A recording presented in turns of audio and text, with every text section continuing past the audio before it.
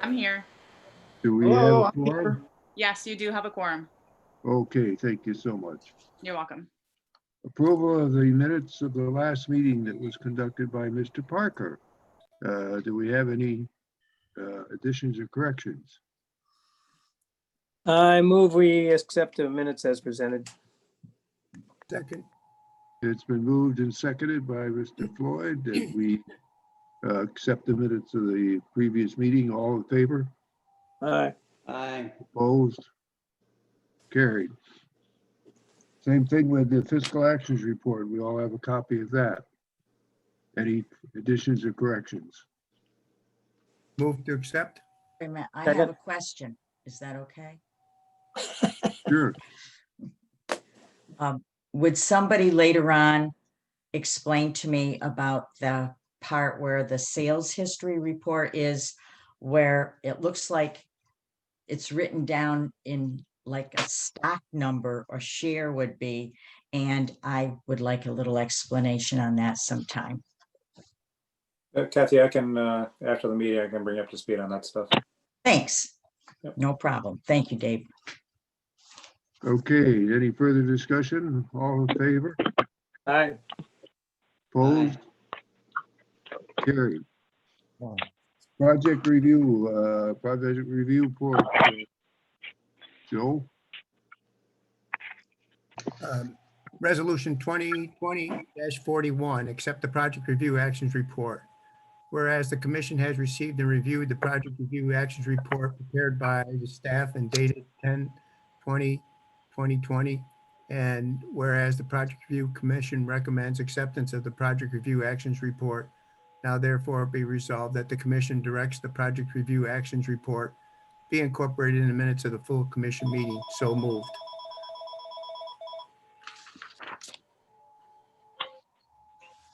Second. We have a motion to approve and second the project review actions report. All in favor? Aye. Aye. Opposed? Carried. First project we have on the agenda today is a variance request for a dock modification by Charles Harding, Town of Putnam. Who wants to introduce that one? There's Joe. I'm happy to do that. Thank you, Chairman. So the first application is by Charles Harding. It's for a dock variance. Mr. Harding has an existing U-shaped dock that predated commission regulations with a peaked boathouse. No, it's gonna take too much of the internet. And a small sun deck. They are, as they pre-existed the regs, old structures that are falling apart. Actually, he's begun removing parts of them, and they've become non-functional. For instance, the sun deck rises only 3.5 feet above the dock, so it's now difficult to get a boat in there as registered with the commission. So Mr. Harding has applied for a variance to modify this to an open-sided sun deck. Peak top roof height will be roughly 12 feet. It does require a variance because the entirety of the dock is located inside the 20-foot setbacks. So increasing the height and aerial extent of the boathouse does require a variance because it exacerbates that existing condition. I can't see his name on here, but hopefully he's joined us. Mr. Harding, are you with us this morning? I am here. I can see you. Can you hear me? I And can, thank you. Loud and clear. Yeah, I'd invite Hello. you just to discuss the application a little bit, if you would. Okay. So I bought this property back in 98, closed in January of 99. It's in Glen Burnie. You guys are probably pretty familiar with this, but when the lady who owned the hotel sold off camps around the golf course, she made a dock lot down by the water. And there's about 5 of us in a row there that each have about a 20 to 30 foot width for our dock. The docks didn't get built where they were supposed to. You have 2 surveys there as part of the package. And the docks weren't on the lots as they were deeded. And in the 80s, there was a lawsuit that resulted in the judge redrafting the deeds for each of the dock lots. so that I ended up with a 19-foot dock lot. Basically, My dock is wholly within that dock lot now because the judge redrafted the deed as part of that lawsuit. And I think you have the Lake George Park Commission agreed to accept that survey and the judge's redrafting as the correct survey for purposes of this application. The person who had the dock before me apparently had a very narrow and low wood boat, and he had built a roof that was rather low and a very strange shape. He had the north side of the roof slope it down. That's the Glen Verde dock shape. It is, okay. And it looked like he was trying to block the sun, but the sun sets in the west and that was facing the north. But that dock was made with terrible materials. The wood underneath the shingles was pressed wood and it was falling apart soon after I got there. So I did replace the roof, and apparently the contractor I had didn't apply to the Lake George Park Commission to do that. The roof became a peaked roof, but over time, and that roof's not in bad shape, but over time I didn't do the deck and the deck has fallen apart. The wood underneath the water is rotted away and the deck was starting to fall down. So this year I started, and my timbers for my wharfs were starting to rot away, and one of the wharfs was leaning down in towards the water. So I started to solicit information from different companies that build docks, like Dock Doctors and some of the others, and they came up with this plan where I would redo my deck. Instead of having a roof there, make the deck the roof. And it relates to a larger deck. I have a 22-foot Cobalt that I bought. Actually, it's 23 foot. It's a pretty standard boat on Lake George, but it doesn't fit in there under my current deck. I would need to raise it slightly to get it in there. And so I made a proposal consistent with the proposals from the people who I got estimates from, and working with the staff there at Lake George Park Commission to replace the existing deck and replace the existing roof with a deck, pretty much in the exact same location as the ones were in the past, only slightly higher. There is, obviously I'm totally within a setback because I'm only 19 feet wide to begin with. I do have a neighbor to the north who has knowledge of this, and we've shown him what we're doing, and he hasn't objected. I think Joe Thuin from the Park Commission talked to him. To the south of me, there's a wide, about 260-foot public beach, so there's nothing there, although there is a small dock lot left that's only about 12 feet and it's not used and couldn't be built on anyway, between me and the beach. So there's nobody there to object. I don't think I'll impact anybody around me if you approve this proposal. Thank you. Joe, do you have any word from anybody at all that opposes this proposal, any of the neighbors? We haven't received anything in writing. I did happen to speak with a neighbor while I was in the field. She did not seem opposed. I later emailed her just to follow up and make sure she had all the materials. And we never received any formal comments back. So no comments. No comments.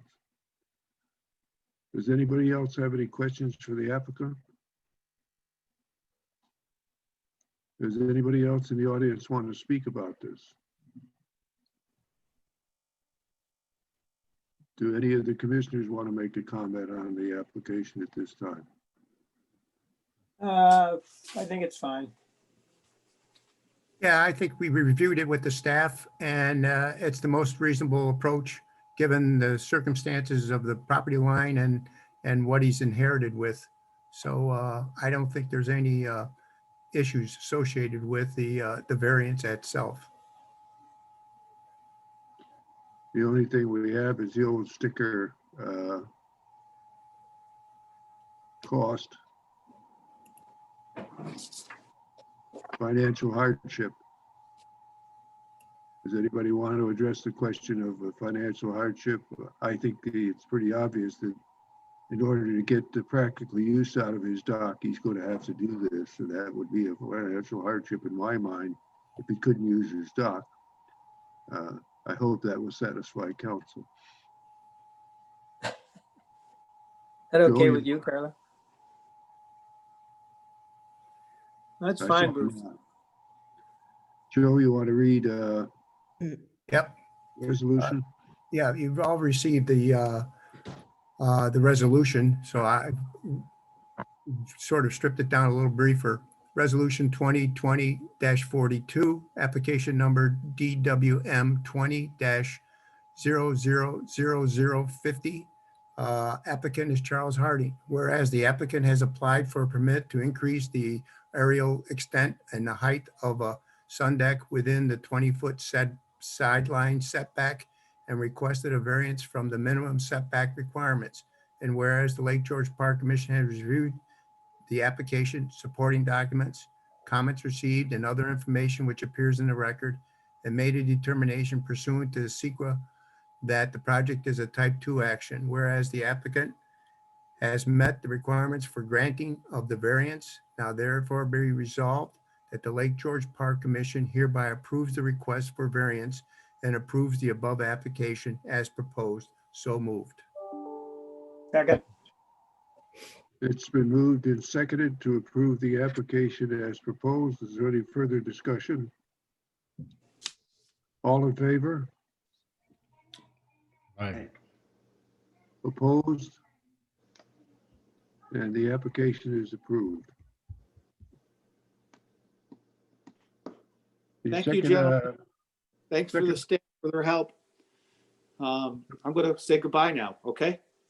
Okay, Bye-bye. the next application before us is a wharf modification submitted by Snug Harbor. Joe, you want to speak on that one?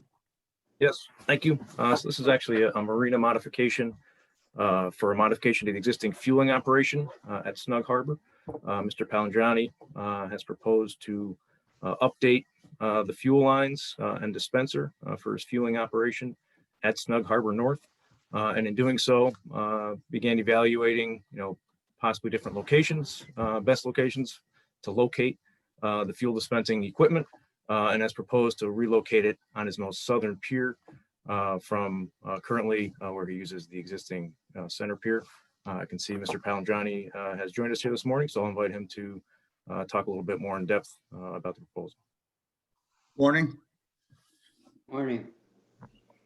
We are looking at upgrading all of our system, all the piping, the dispenser on the dock, and to comply with all the regulations. One of the choices we looked at when meeting with the company, Northeast Petroleum, that would be doing the work, suggested moving the dispenser onto the land as opposed to being out on the end of the dock, and shortening the amount of pipe that's underground. Environmentally, it's a safer thing to do. It's certainly more cost effective. But with that, we have to move our dispenser from the center dock to the southern dock, which is very close to the neighbor's property. We don't think it's going to impact anything different. It's really not going to change anything with the flow of the marina, but that's what we're proposing. Does any commissioners have any questions they want to ask the applicant? Well, With the hose going over the southern dock from the dispensary, how would you keep that safe? How would you walking on the dock? Oh, he's been muted. Yeah. They'll be in a reel and they'll be reeled in and out. Oh, okay. my concern about a gas dock is often there's more than one boat being fueled and more than one boat waiting sometimes on a hot Saturday morning or Sunday morning. And the boats that stand by waiting to be in line sometimes are difficult to control, or the operator isn't very good at controlling. And if I was a resident next to a marina, that concerned me. If my grandchildren were out there enjoying our private dock, whatnot, and there's just that case of the guy jockeying his boat to get in front of the other guy to be the next one to the gas pump. That's my concern with moving the gas pump. Yeah, Ken, before we get into discussing our concerns about it, I would like to see if there's anyone else to speak here. I know the next door neighbor has a representation here today, so Okay. I would like to hear from anyone else in the audience that wants to speak on this project at this time. This is Mark Schachtner. Can you hear me, Mr. Chairman? I can hear you, Mark. Go ahead. Excellent. I'm going to assume everybody else can as well. Good morning. How are everybody? I hope well. For my selfish benefit, on the screen, I'm seeing Commissioners Nisha, Cook, Mason, Stanek, McDonald, and Chairman Young. And I'm pretty sure I just heard from Commissioner Parker. Just for my selfish benefit, are there any other commissioners in attendance? Mark, I'm here. I can see you. It's I'm Kathy. guessing that's Ms. LeBombard. Okay, I'm It adding her is. to my list. Anybody else?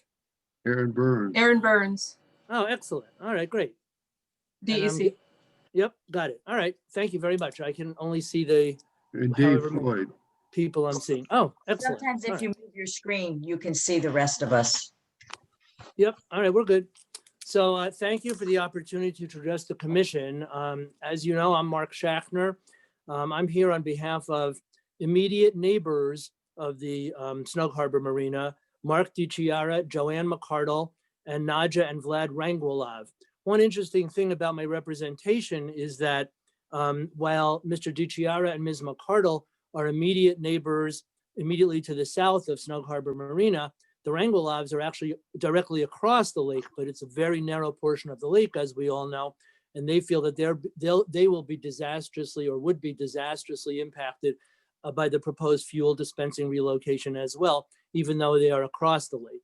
So my representation is the immediate neighbors, the DiChiara property and the McCardle property, and exactly across or just across the lake, the Rangwilovs.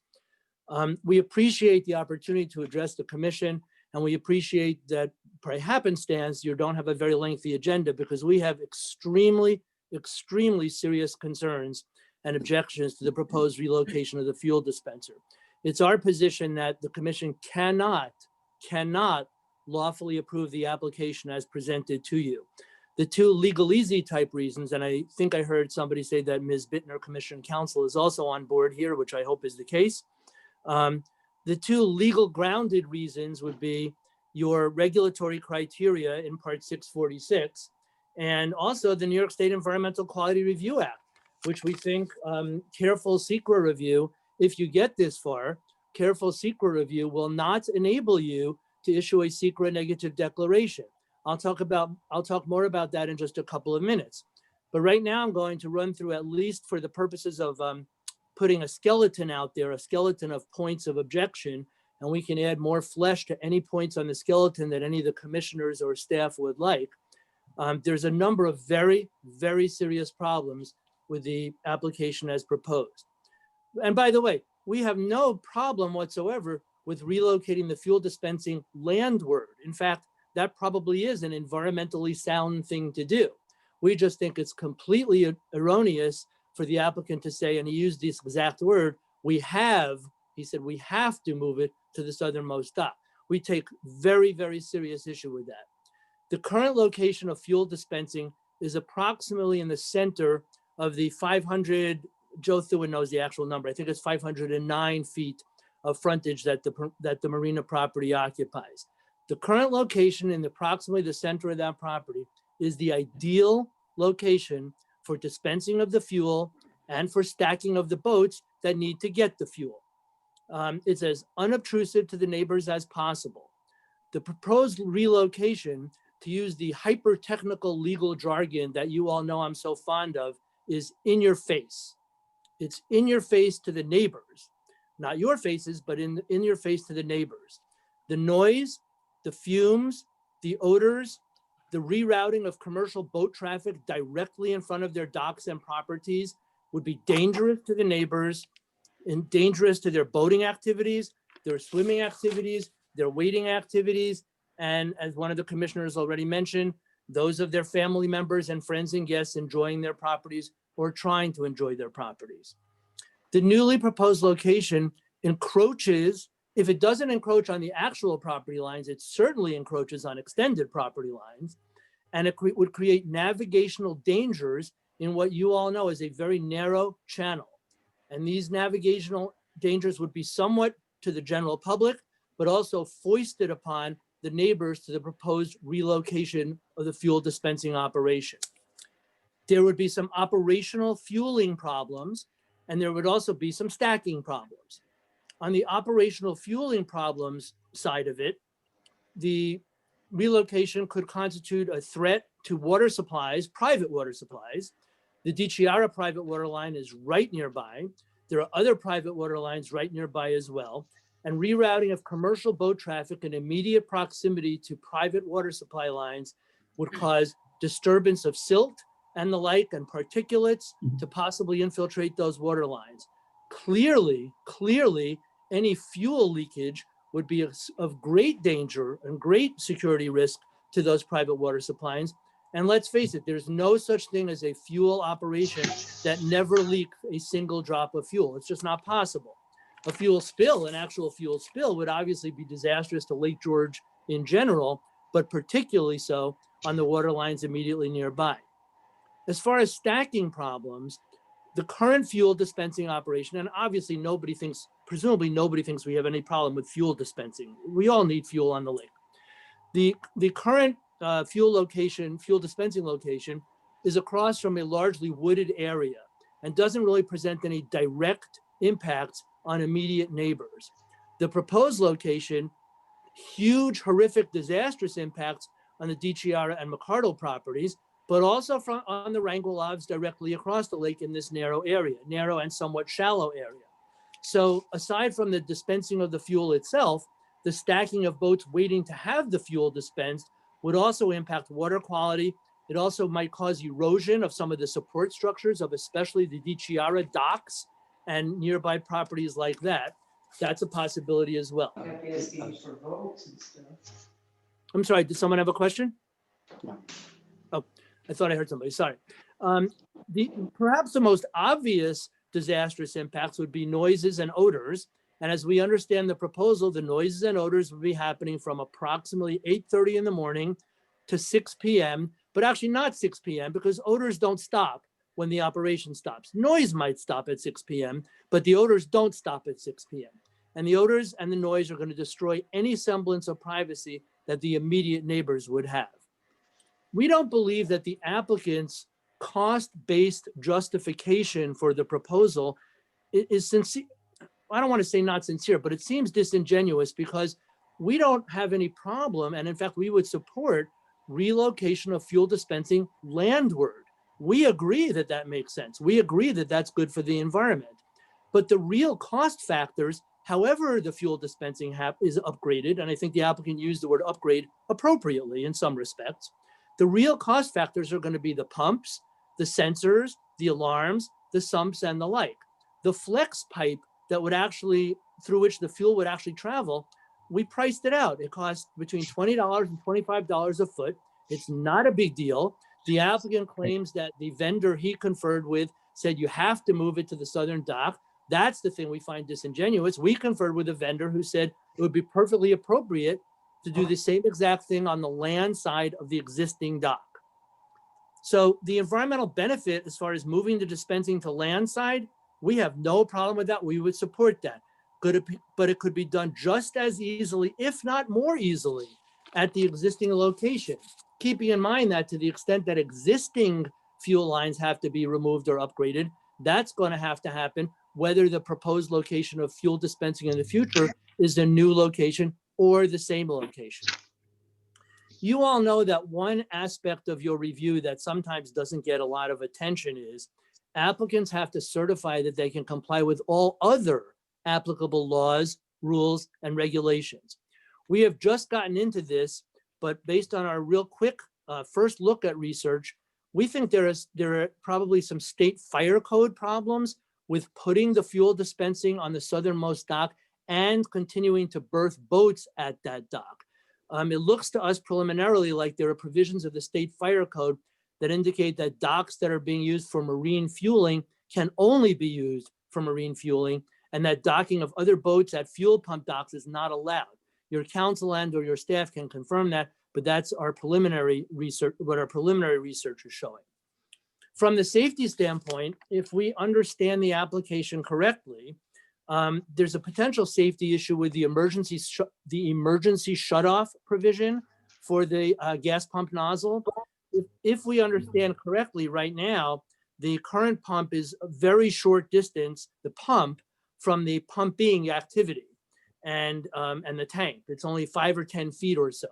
If we understand the proposal correctly, that distance would become up to 125 feet, and we're not sure how an emergency shutoff would operate safely at that distance from where the nozzle and the pumping activity is happening, and we have a safety concern in that regard. I mentioned just in passing the New York State Environmental Quality Review Act /SECRA. I like to pretend I know a little bit about this. You and your counsel know a heck of a lot about this as well. You've been through a number of SECRA proceedings, but usually in your regulatory mode, not so much in your application review mode. But I looked through the short environmental assessment form part 2 that you would be responsible for completing in some fashion if you were to actually make a decision on the application. And I don't see how you could lawfully answer each of the questions on the short environmental assessment form at no to small impact. I identified at least 2 that would have to be answered moderate to large impact, and we could argue there are perhaps 1 or 2 others as well, but at least 2 that would have to be answered moderate to large impact, which your counsel can tell you would mean you can't really proceed without being able to issue a SECRA determination. So to wrap up my comments, and Mr.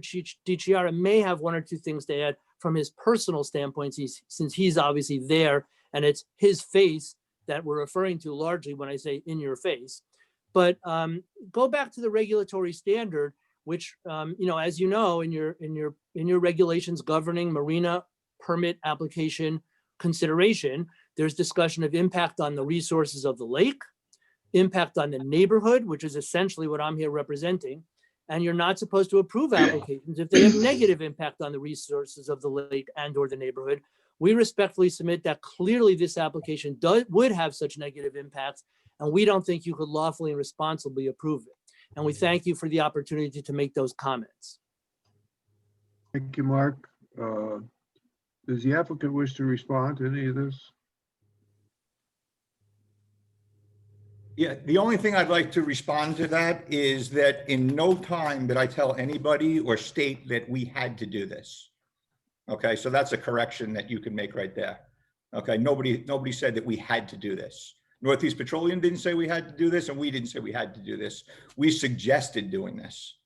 Okay, outside of that, I already stated to the people that came here for the site review, the reasons why and what we were doing. Now it's up to you. Right. Thank you, sir. And commissioners, you have some questions. I know Mr. Parker had a discussion earlier. Do you wish to continue it now? Mr. Chairman, I apologize for interrupting. It's not my style, but you didn't ask if anybody else had any comments, and I thought perhaps one other person did from the public, I meant. Well, I thank you for correcting me. Is there anyone else in the audience that wishes to make a comment on this project?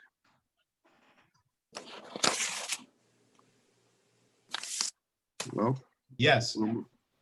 Hello. Good morning. Any commissioners want to make a comment at this time? Hello. Can you hear me?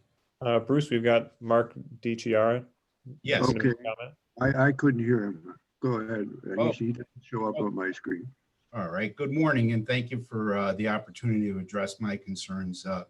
As you all know, this is a strongly contested application by myself and my neighbors. And I really feel the most relevant points to consider in weighing the applications are the visual effects, audible effects, and what it's going to do to my property. I'd ask all the members of the board to picture themselves sitting in their backyard enjoying a peaceful afternoon.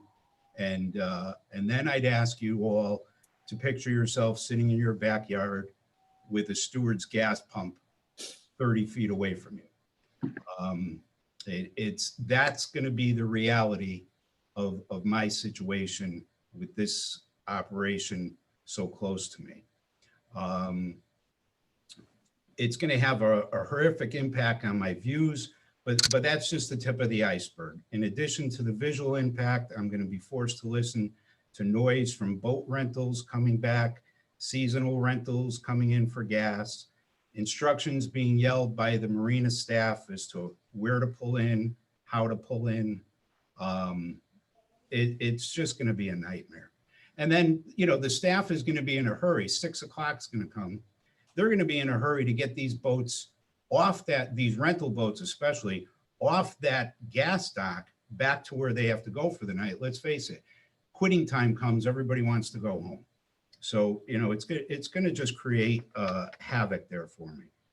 I think Mark's already alluded to the risk to my property.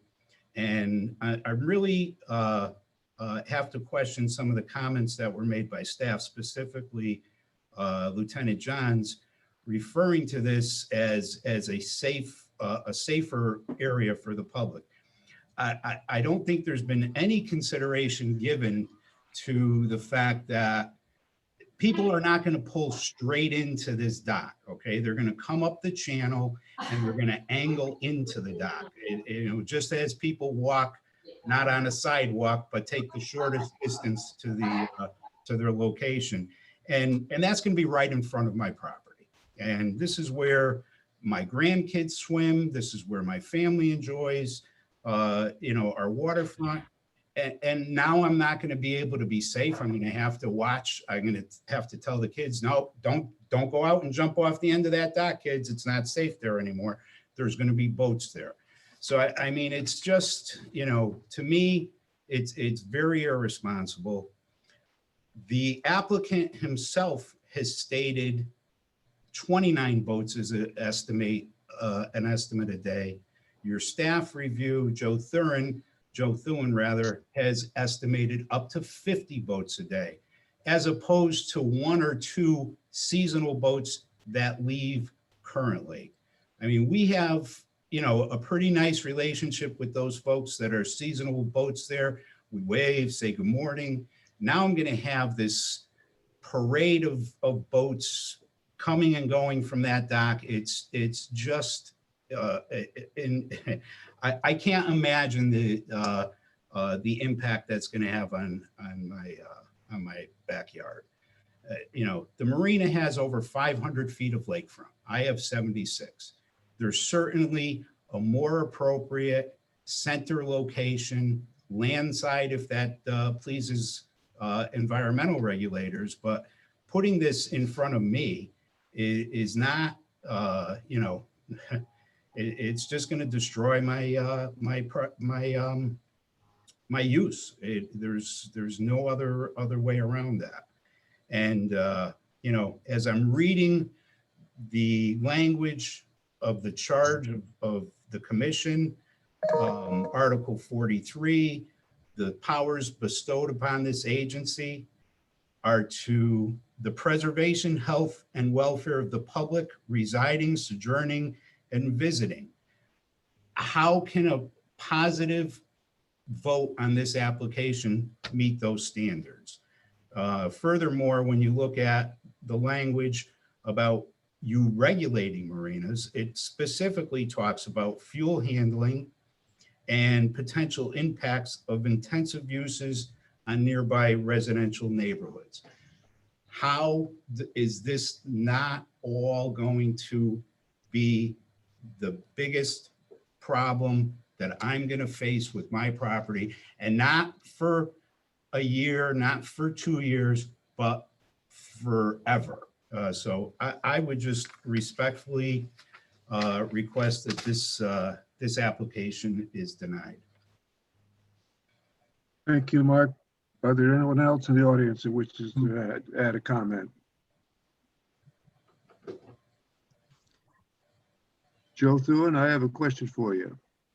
Are there other options available to the applicant? Well, we did discuss with Mr. Palandrani through the application process some different options to evaluate, and he's well aware of these. One would be a replacement in kind, maintaining fuel operations at the existing dock, and simply replacing those old pipes with the brand new pipes, but keeping the location of the operation the same. We're also debating, is there a possibility to possibly, reconfigure the docks and use that south pier, but use the north side and the most lakeward side of the south pier. It seems like there's not enough dockage over there presently to accommodate that. That would require a dock variance to kind of reconfigure in such a way as to accommodate vessel fueling and to keep people off the south side. So we did evaluate a few options, and that's kind of what's before you today. One thing I should mention as far as keeping the pump upland, and speaking with Mr. Palandrani and looking at the site, if they were to continue to use the center pier for fueling, there doesn't appear to be an upland option for that fuel dispensing equipment because it immediately, as you go back toward land, you're still over water on the dock. That's where everyone's walking.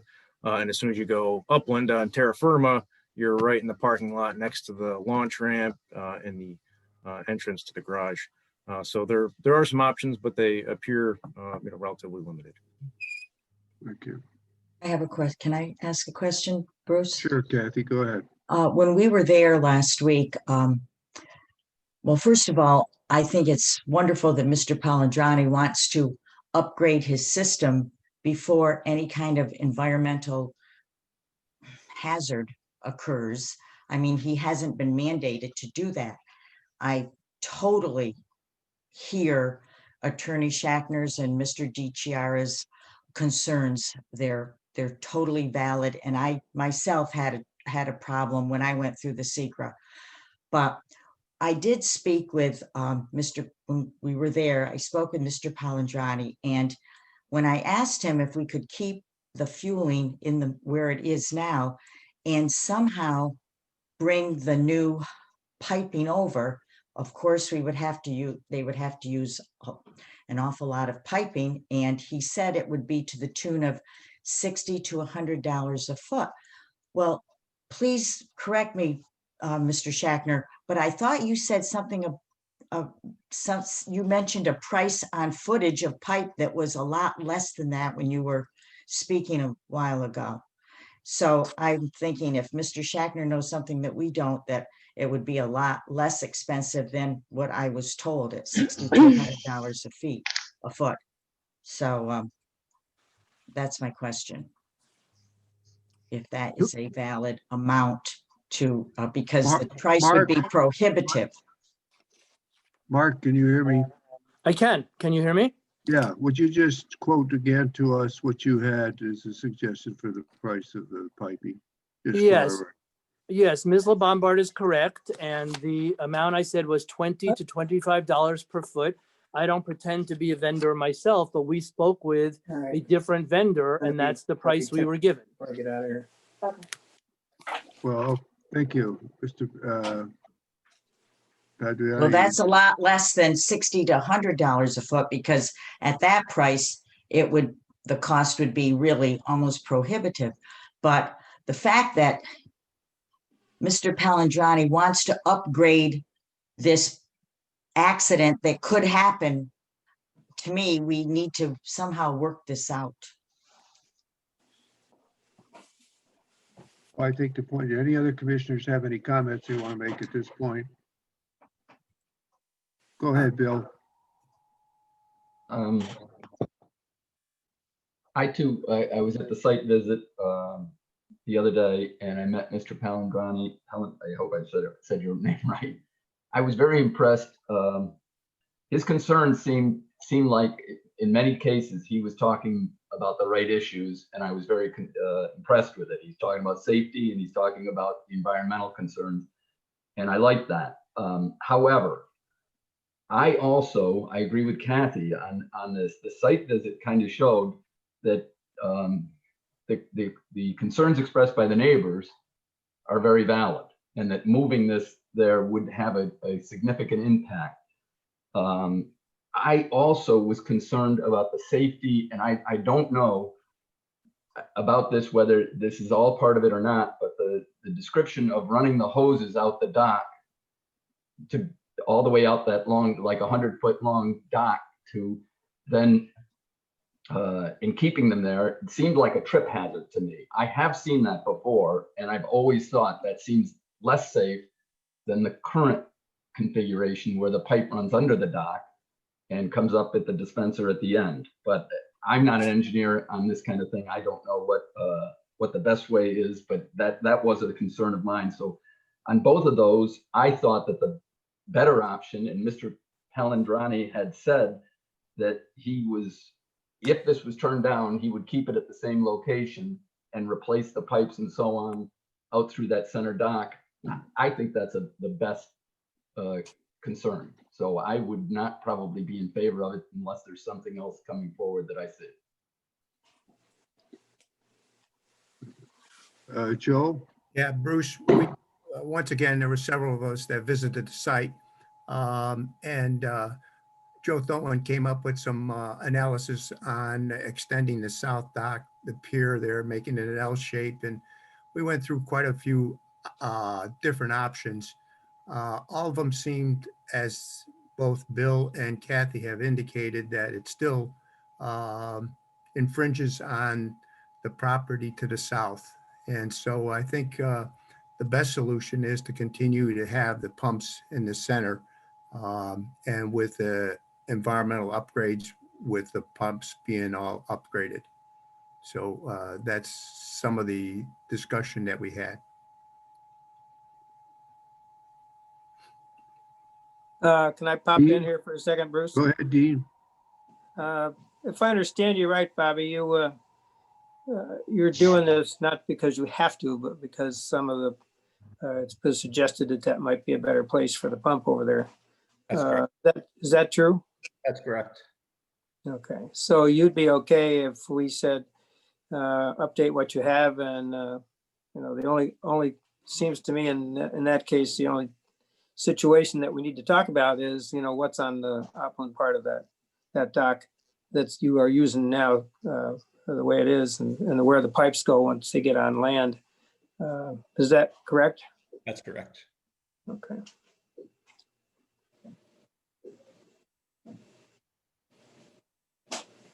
The only other question, I do have one question. I would like the information where we can buy pipe, double wall gas pipe for $20 a foot, because this is something we've done some research on. So if that's available and it meets all the standards, I'd be interested in getting that information. You copy that, Mark? Yes, sir. Sir, yes, sir. I can speak to that.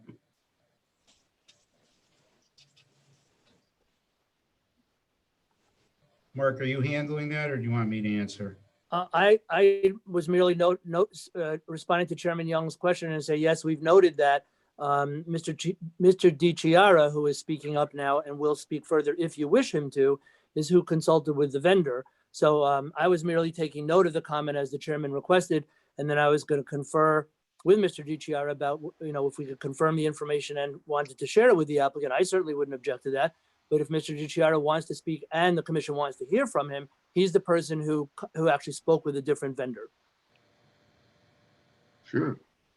Mr. DeShare, do you have any information to share with the applicant? Yeah, I had spoken with Wildco Petroleum, which is a distributor of the same flex pipe product that is proposed to be used in this product. And they quoted me a price on this double walled piping of $20 to $25 a foot. Now, I don't know where the additional cost that comes in, but that was certainly the information that was supplied to me when I questioned what the cost of that product would be. Now, that's a company that distributes that product in Connecticut. So I'm not sure what vendor rights would be applied when you're purchasing it in New York, but that's what I was able to find through my research here. And just if I could add one comment to that, Chairman Young, Mr. DiChiara was not seeking to avoid New York. He resides full-time in Connecticut. Okay. Any other commissioners have any further comments or questions you want to make on this?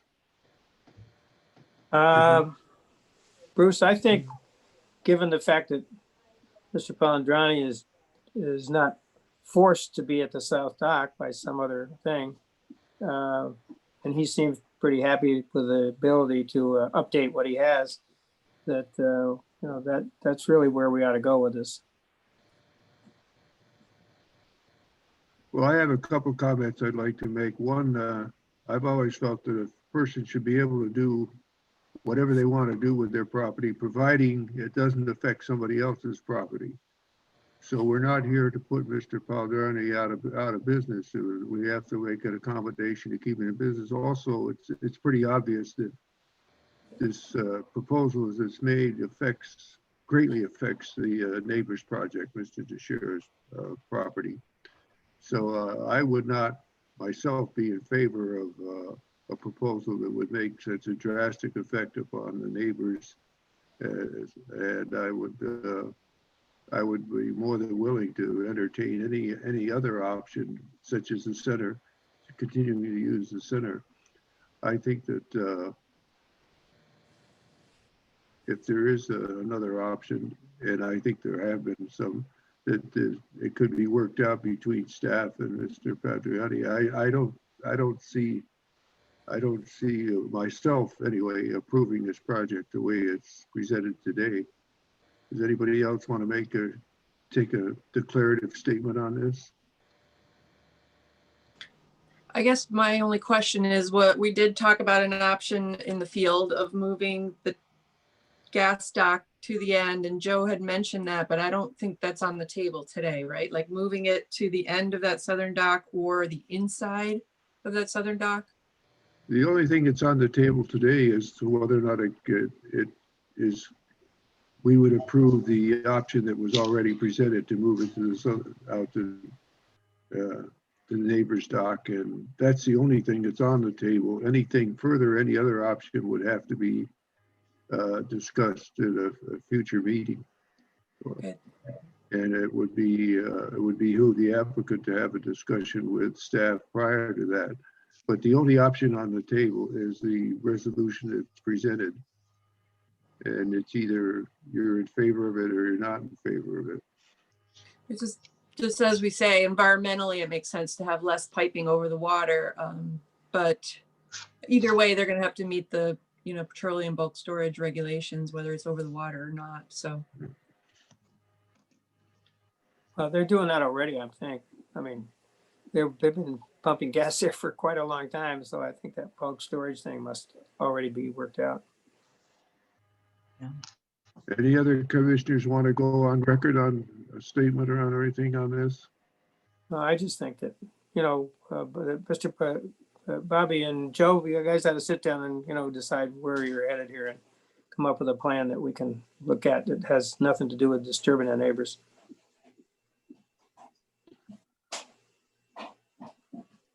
Well, I think that we owe Mr. Palandrani a little bit of a statement, but so far there have only been 2 or 3 commissioners that have stated how they feel about this project. So I think I'm just going to do a roll call. Commissioner John, you're up in the right-hand corner. What do you have to say? I have to actually abstain from this. Mr. Palandrani is a good friend of mine, and I also do business there. So I don't think it'd be fair for me to vote on this. Okay. Dean, do you want to say anything further on this? No, not really. I think I feel, that I pretty much expressed what I think is a reasonable solution without affecting the neighbors and still being able to supply fuel oil or gas to the boating public. Well, the problem is, and when I was talking to Mr. Palandrani, standing right there on the wharf, is absolutely, when you bring those new pipes from the storage tank, you do have to do quite a few right angles, and it won't be able to be underground. But I would think that I had mentioned that, you travel all over the country and you see pipes carrying stuff all over our country, above ground, and if the cost isn't going to be $60 to $100 a foot, then maybe that could be a viable option. And there's a way that you could run those pipes out to that center dock to where the fueling is now in a safe manner where they won't be in the way, they won't be a hazard. I may be wrong about this, but as I say, that Bill Mason, do you have anything you fuel want to dock add that's on there this? now has been there a long time. Seems like more opposed. And so I think the issues of getting pipes to the dock must have been solved a long time ago. Bill, do you have anything you want to add to this? I don't think so. I think I've been pretty clear. No. Joe? I've been clear, we already discussed that. I had my day in court. Okay. Dave Floyd? Yeah, I think this is really infringing on the neighbor, and I'd go along with the others to not approve this project. Is there anybody I haven't given a chance to speak up? Joe, I would suggest that. It looks like, Mr. Chairman, it looks Yeah. like Jim Neshaw would like to speak. I saw his lips moving. Can you hear me now? There he is. Jim, Good morning, Bob. I just wanted to ask you, in light of what you've heard so far, do you have a plan B that would let us amend the application today so we can move forward? I will definitely work with Joe too and look what we're doing. Most likely, we're going to go back and do something very similar to what's right there right now in the center dock.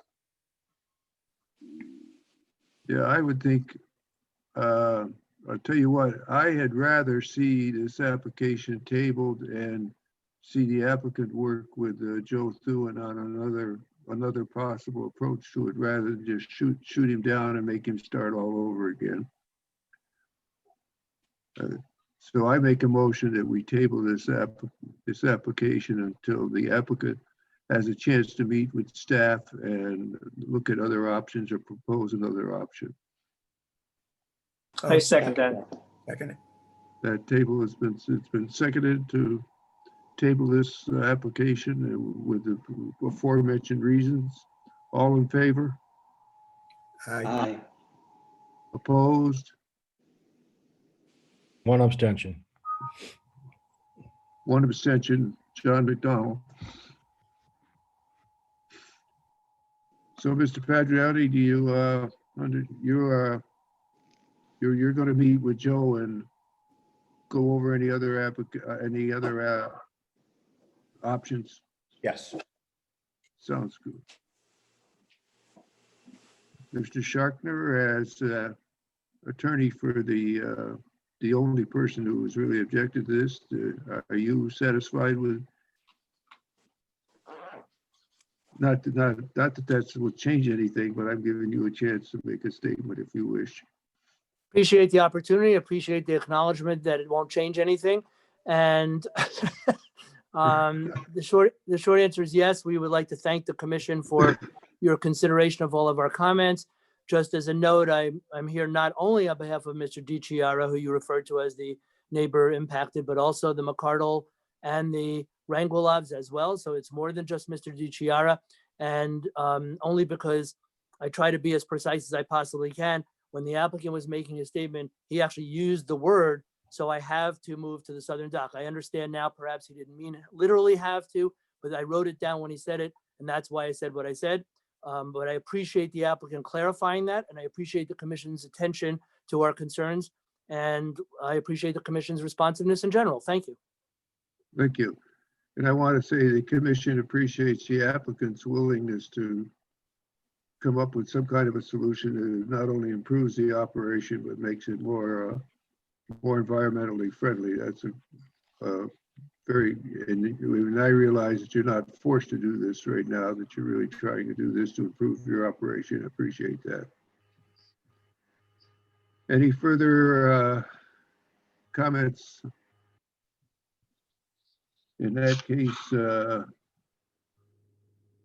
we'll move on to the next item on the agenda, which is Sandy Bay mooring field repairs. And Dave Wick, you were going to tell us about that. Thank you, Mr. Chairman. I'll give a little background and then I'll ask Justin Luke to jump in because he was out there doing some of the work on that. You're going to hear from me on the next couple of topics, so we'll spread it out a little bit. So Sandy Bay, everybody's very familiar with Sandy Bay. We're allowed to have by our regulations, 646-2.9, up to 60 mooring balls in that bay. There's no anchoring allowed in the 1,800-foot zone of Sandy Bay. You have to be on a mooring ball, of course. Over time, those mooring balls get pulled off by boaters or the chains rot. And over time, we end up with a lesser number. The last time we'd upgraded the mooring ball field to bring it back up to our DEC permit allowed 55 mooring balls was 2016. And that was Roger and Justin working with the dock doctors to make that project happen. In the past 4 years, the number of balls has gone from 55 down to 40, I believe was Roger and Justin and Joe John's best estimate of what was out in the field.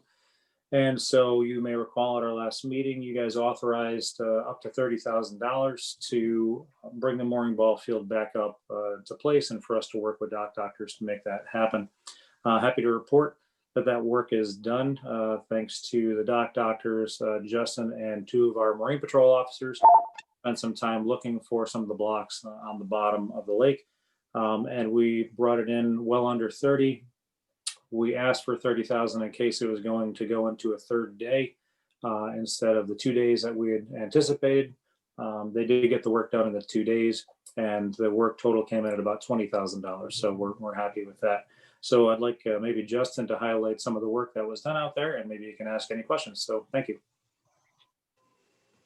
Hi, everyone. So on Friday, October 10th, we went out and we started working in the shallows. We basically were surveying those blocks to find those that were missing hardware first and foremost, as well as to repair any that we came across that had damaged cables or hardware. Those moorings in the shallow water seem to get the most use, which makes sense. So we spent most of that Friday in the shallows, really in the first 3 rows, just repairing and replacing cables that were damaged and fraying. Certainly not something that you would want to grab onto with bare hands. So I think we added 6 or 8 moorings or buoys to blocks that did not have any hardware on them at all. And we also repaired probably 6 or 8 blocks that had existing buoys on them, but replaced the damaged hardware. And then on Tuesday, the 13th, we started working in the deeper water. On Monday, Columbus Day, the patrol had gone into the Sandy Bay and located with a diver the missing blocks that didn't have any moorings on them at all, and marked them with a float. And that saved us considerable time. I think that if that had not happened, we would have needed a third day in order to complete the work there. So again, thank you to the patrol for taking the time to do that, because it was very easy to find those orange floats because Tuesday was a rainy day. With the sun being behind clouds, we could not see from the deck of the workboat down to the bottom to locate any blocks that didn't have any moorings on them already. So we spent most of Tuesday morning and a little bit of Tuesday after lunch adding hardware and buoys to those blocks that had nothing on them. And then we spent about 3 hours Tuesday afternoon just realigning the field. They get dragged around by boaters, trying to get moorings closer to their friends, I assume.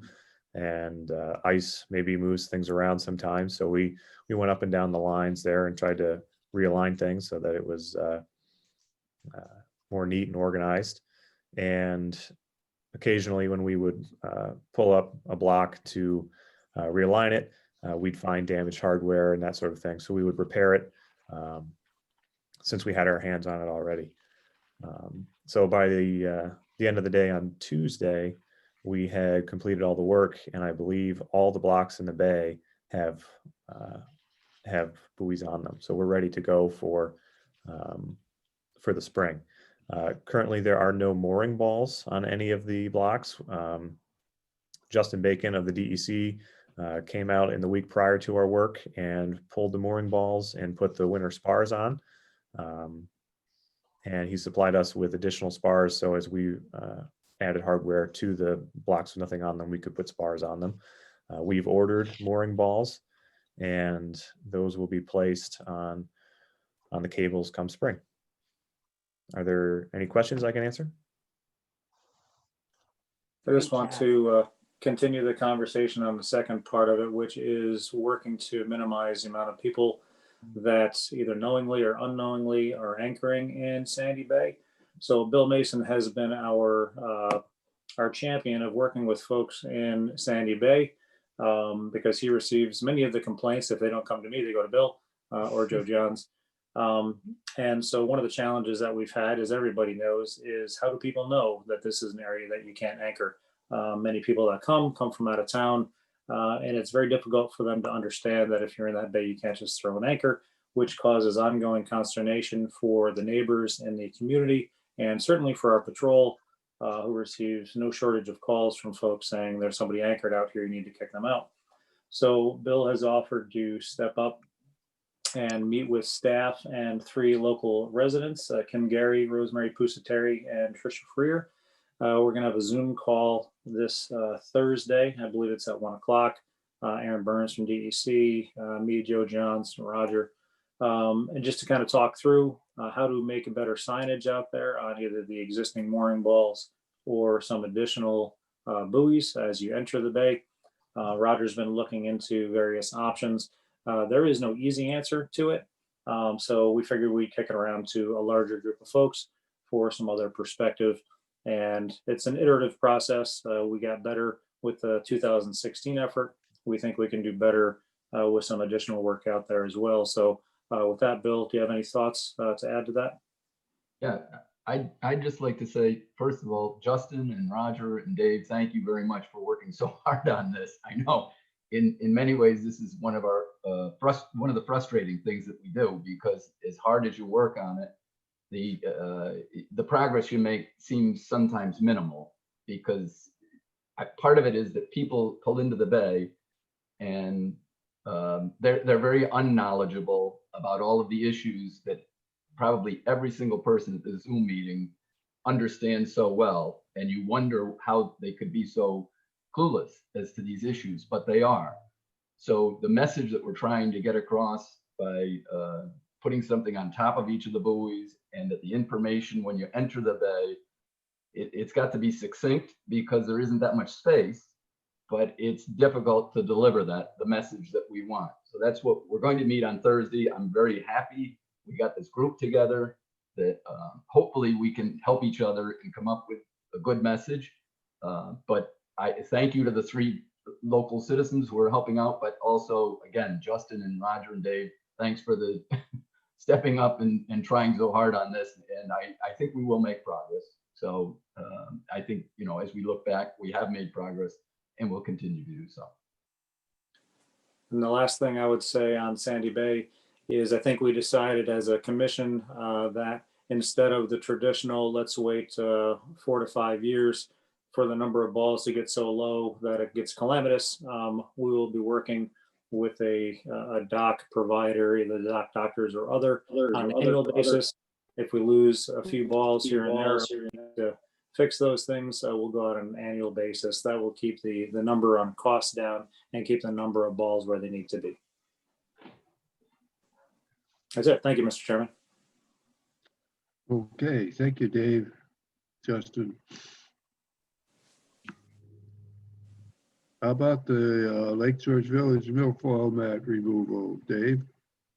Yeah, a quick update on this. For a very long time, back from the 1990s through about 2013, the commission, as one of its management strategies, used benthic barriers, or basically plastic mats, on the bottom of the lake to smother the milfoil. And it was a good method to kind of control larger, denser populations. As I've said for years, there's always money to put mats down, not always money to pull mats up. And so mats being down for 3 years wasn't really a hazard. They could be kind of moved to a new location. Over time, some of those matted areas kind of got abandoned, and they've been left in the lake for quite a long time. So over the past several years, we've been working with the Lake George Association to come up with some money to pull these mats out over time. At the end of the season, I'm happy to report this year, our office and the Lake George Association came together to co-fund the removal of mats in Tea Island Bay on the north side of the village, and also right adjacent to the steamboat company to the east of the steamboats. They removed just short of an acre of mats, so picture a football field worth of plastic matting on the bottom of the lake that really was serving no value anymore. And these old mat beds actually become very strong breeding grounds for new Eurasian milfoil sites over time when sediment builds up on top of those. So we worked with AE Commercial Diving, who's done a tremendous amount of work in the past on our Asian clam effort. They are our milfoil control provider right now. So they added another week to their work for about $8,000, and they removed all those plastic mats from the bottom of the lake. I sent you folks a couple of pictures before the meeting just so you can get a general idea. I'd like to thank Walt Lender and the Lake George Association for stepping up and helping out with this important effort. There's only, from my estimation, maybe 5 or 6 sites left in the lake that have mats left in them. These two were two of the biggest that were left. We need to get up to Gull Bay when we get that under control, hopefully in the next couple of years. The Tea Island Bay and the Dog Beach Bay removal were a testament to the progress that we're making with milfoil. We're going to talk about milfoil at our November meeting, but we're making some very good progress. Tea Island Bay has been under control for a couple of years now. So we're very happy with that. And so thanks again for everybody that's been working on this. Thank you. Next item on the agenda is update on stream corridor and stormwater regulations. You're on again, Dave. Yeah, I'll start again, and maybe I'll ask Joe or Carla to kick in because you've been listening to me too much. Everybody knows that we're currently out for public comment on our stormwater regulations. We had our public hearing on September 22nd, and we extended the public comment period until November 27th. That was to allow for the overlap of our soon-to-be released stream corridor regulations, which go live on our website first thing tomorrow morning. That was the earliest we could post them based on the SAPA process timeframes. So we'll have those posted tomorrow. That gives a month of time for people to see and comment on the regulation sets as a whole.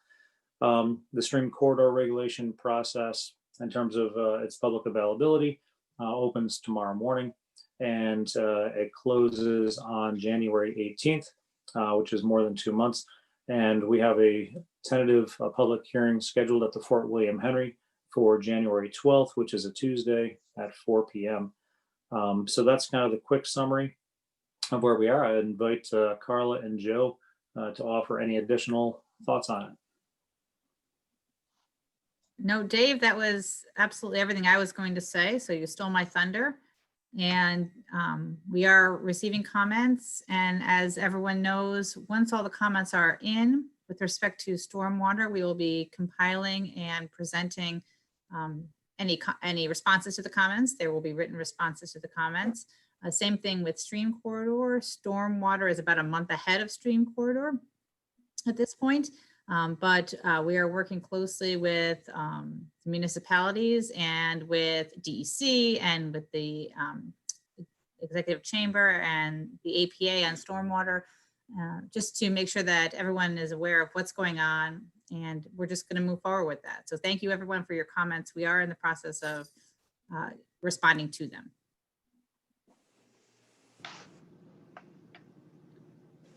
Okay.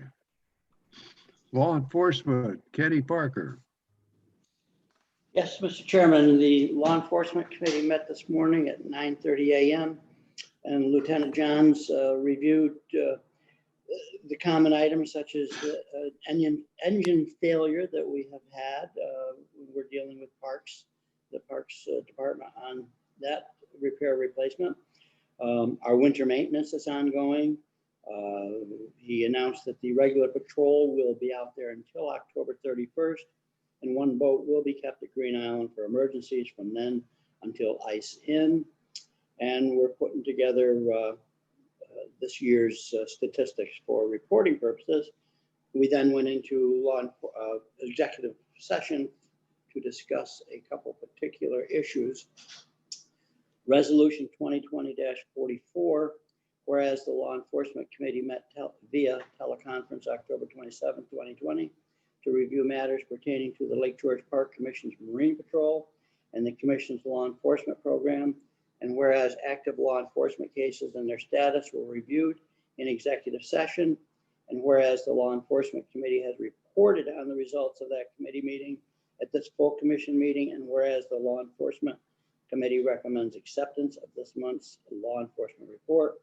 Now therefore be it resolved, the commission accepts the report of the Law Enforcement Committee, and I would make that as a motion. Second.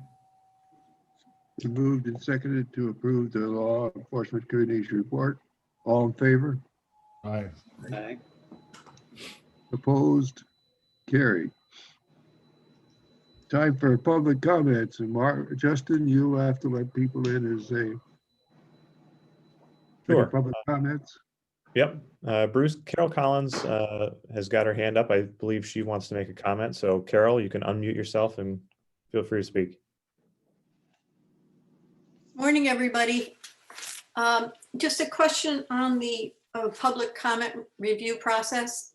Who's going to be reviewing the stream corridor, and separately, who's reviewing the stormwater comments that we prepare? Is there other agencies beside the Lake George Park Commission? Will the APA and DEC be reviewing?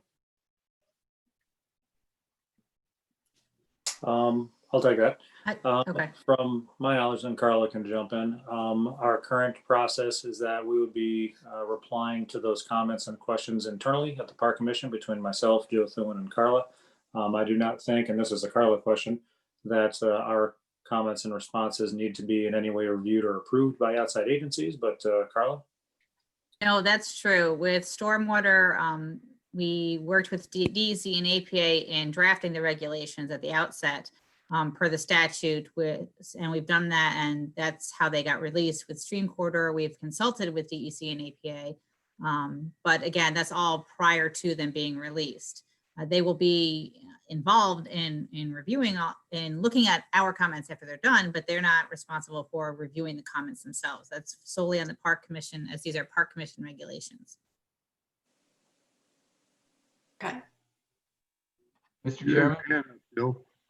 I just wanted to say, in addition, I believe all of the commissioners, each time we get a comment, we each receive it, because I think we're getting all of them. I assume so, because I've been reading all of the comments that have been sent to me. Is that correct, Dave? We get them That is all? correct. Every comment that we received to date has gone straight to the commissioners. Okay. So thank you. All right, Chris Davitsky has said that he'd like to make a comment. So Chris, go ahead. Thanks, Justin. Good morning, commissioners. Good to see you all. Hope everyone is well. Wanted to provide a comment and a concern of ours with the fund and the waterkeeper regarding the end of the inspection program that's coming up. As we know, we'd like to thank Dave and Justin and all the commission staff for their dedicated work on this, as well as the great job they do managing this program, keeping it under budget and and being responsive and really protecting the lake, being out there. And we know that this is working because to our knowledge, we know we haven't seen any new invasives in the lake that we're aware of, and great job to the commission. But we know starting Sunday that the gates will now be open without any inspection. And this is, a concern to us as co-investors, to many of our other co-investors and municipalities. We expressed this concern to the commission and to the DEC, over time, over the years, regarding this gap that we have. We know that boating and boats have increased this year due to the pandemic, people wanting to use our natural resources. It's more important to protect those. And we know that these boats are traveling from areas where there are infested lakes. So we know that boats are still arriving with invasives. We've had the dedicated work by the investigators at the gates find these. So we know that they're still arriving.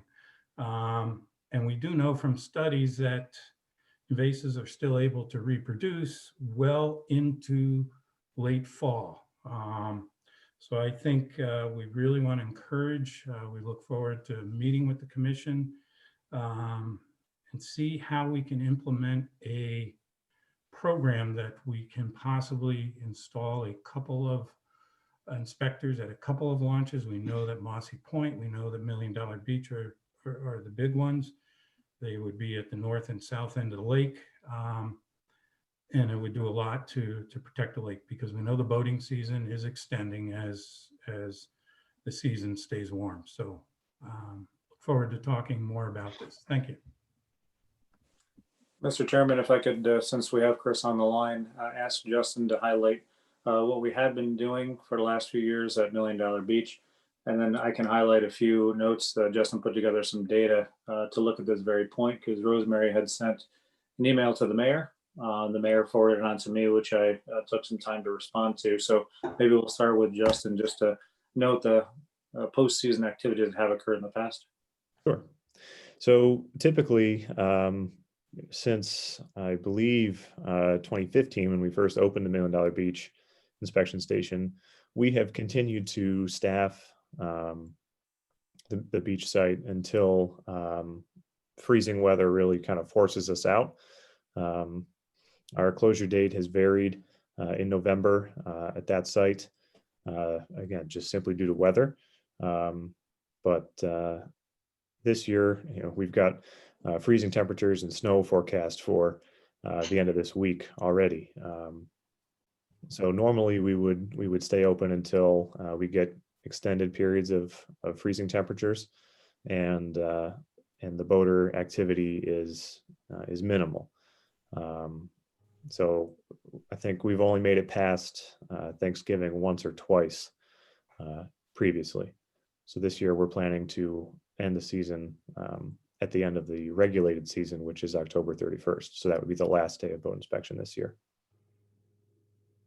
And so I asked Justin to put together some data on historical inspections. So we can only go to Mossy Point and Rogers Rock for the year 2014, which was when we stayed earlier in the year, April 1st to November 30th, to find out what are we seeing for invasive species, what are we seeing for boats coming through the inspection station. So I'll give you just a few numbers. In 2014, and all of November, Mossy Point had 6 inspections. That's 1 inspection every 5 days. Rogers Rock had 2 boats in all of November. That's 1 boat every 15 days. And so that's a total of 8 boats on those 2 major launch sites in all of November in 2014. We had been staffing Million Dollar Beach up until this year in November, just to find out how things are going. And it's the biggest launch on the lake. The number of inspections conducted last year on Million Dollar Beach, which is by far the largest launch on the lake, was 11. And that's 1 every 3 days.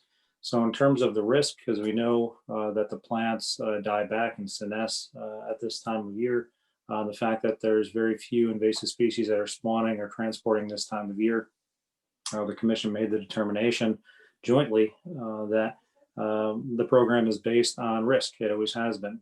And in terms of the risk and reward and the cost to do so, those numbers didn't seem to translate into running a postseason program. By regulation, our program runs from May 1st to October 31st. And that was done so knowing that the pre and postseason weren't really nearly as concerning as they were in the primary part of the year. So that's kind of where the numbers are.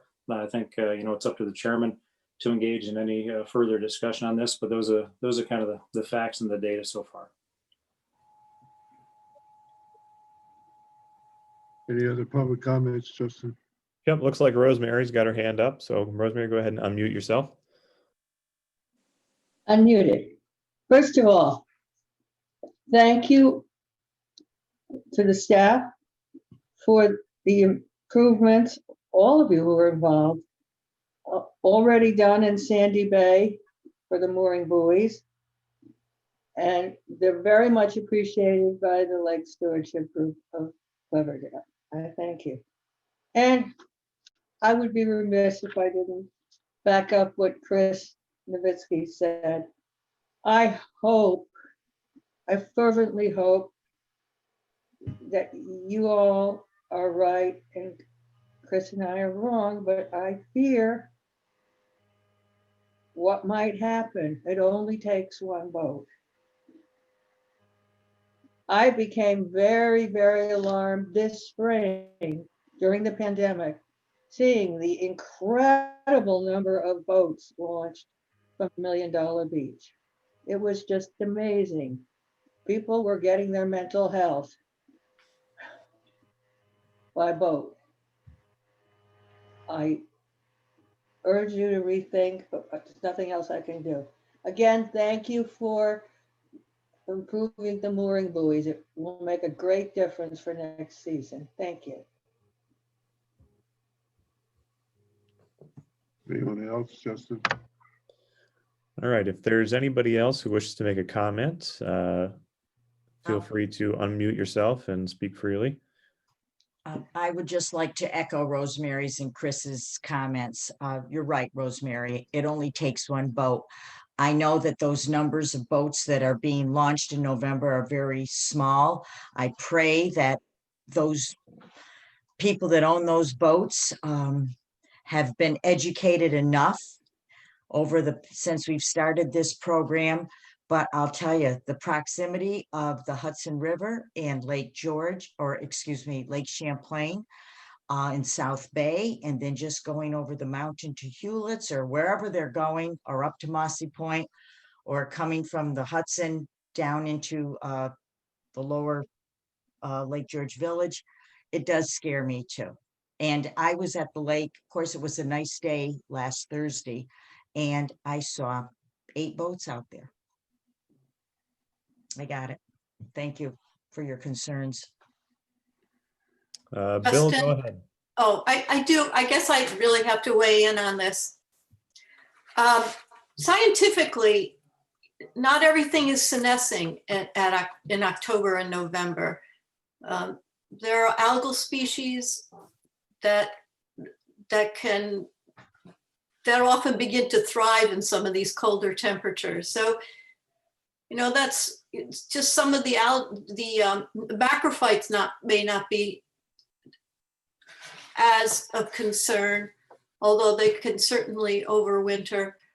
But a lot of these algal species that we need to worry about can survive.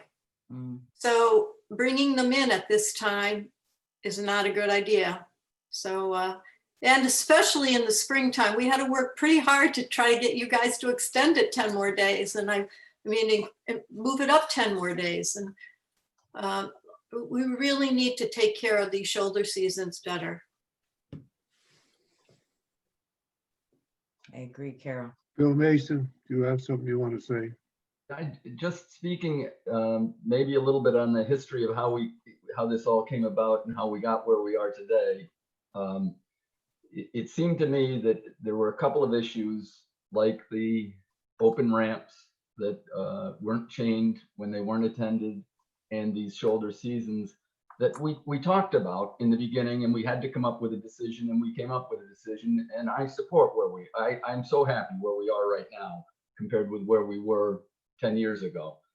But maybe it's time for us to go back to that.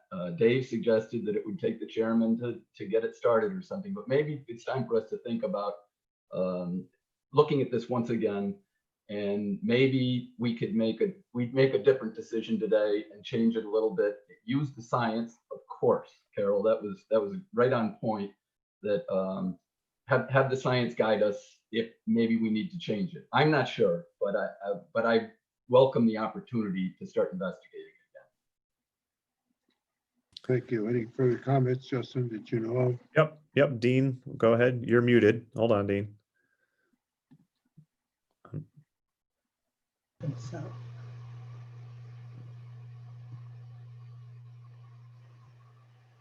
Still muted there, Dean. Hold on.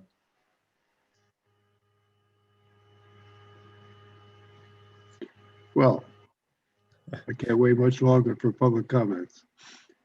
Well, it's for some reason, there you go, Dean. How's that? There you go. Oh, thank you. Really, I've always been a fan of being overly cautious. You gentlemen all have heard me for years talk about the one boat theory. That's for sure.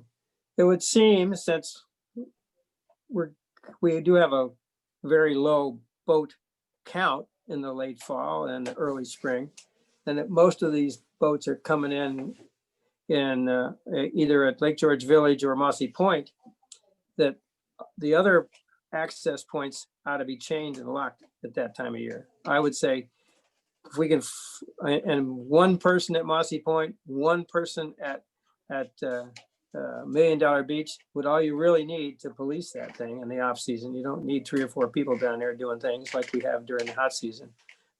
And I think we could solve the problem. Leaving those launches open, I think sets us up for problems that we will regret down the road. And this is not going to be a big expensive program just to extend it into the later season. If the science tells us that there's a possibility of algae and other things getting into the lake that late in the year because of warming of the climate. So we need to react to that and do the right thing. And I think doing the right thing is not going to be a hard thing to do in this case. All we have is 2 launch sites that need to be policed, and we don't have to have a lot of people there either. Any further comments? Got any more comments, Joseph? Anybody else wish to speak?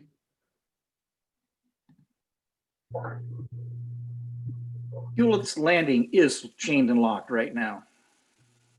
Yeah, so is Hague, I think. Yep. Okay, Bruce, I think that's it. I'll entertain a motion for adjournment. Motion to adjourn.